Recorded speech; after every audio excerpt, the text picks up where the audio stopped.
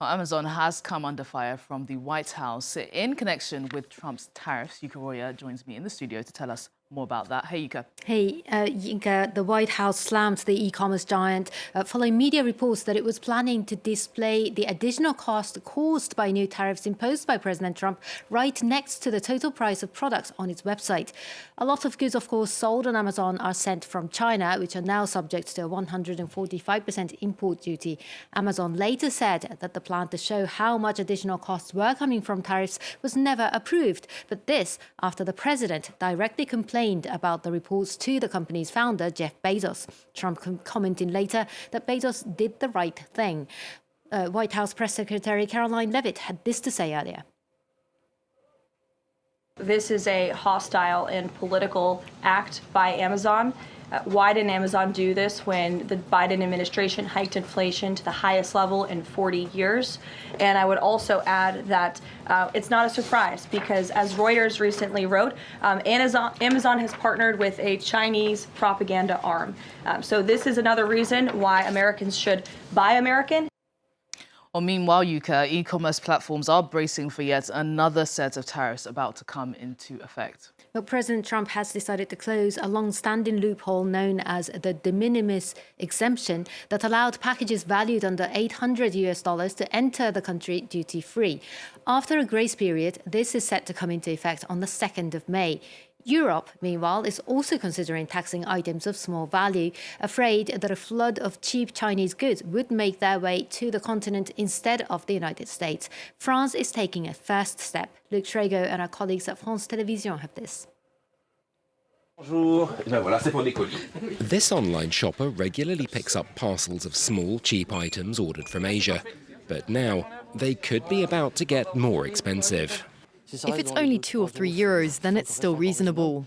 But for something that costs next to nothing with shipping for €8 to €10, then it will curb purchases for sure. The government is targeting an enormous flow of small packages from online Chinese companies like Temu or Shein. Some 800 million parcels of a value under €150 were delivered in France last year.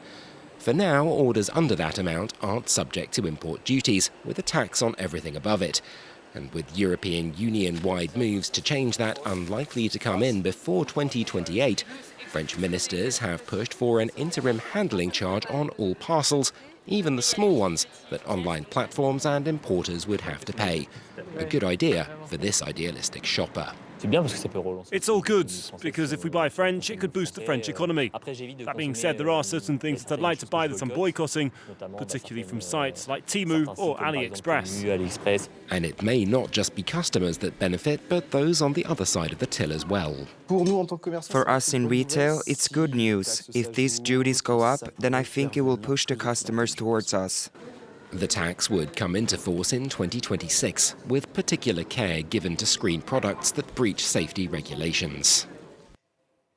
Well, because Trump's trade policy has upended Canada's snap election, another big story that we're following at this hour, with Mark Carney's Liberals securing a victory over Conservatives. Well, President Trump's repeated threat to make Canada the 51st US state and the ongoing trade war have led to a stunning reversal of fortunes for the Prime Minister's party. The US president has targeted Canada with new tariffs, first over the flow of fentanyl and then over a bilateral trade imbalance. After some back and forth, a 25% duty on goods that are not compliant with an existing trade deal and another duty on metals and cars are in effect. More measures have also been threatened. Ottawa has retaliated with its own import duties on select American goods and cars. In his victory speech, Mark Carney gave a stern warning. Our old relationship with the United States, a relationship based on steadily increasing integration, is over.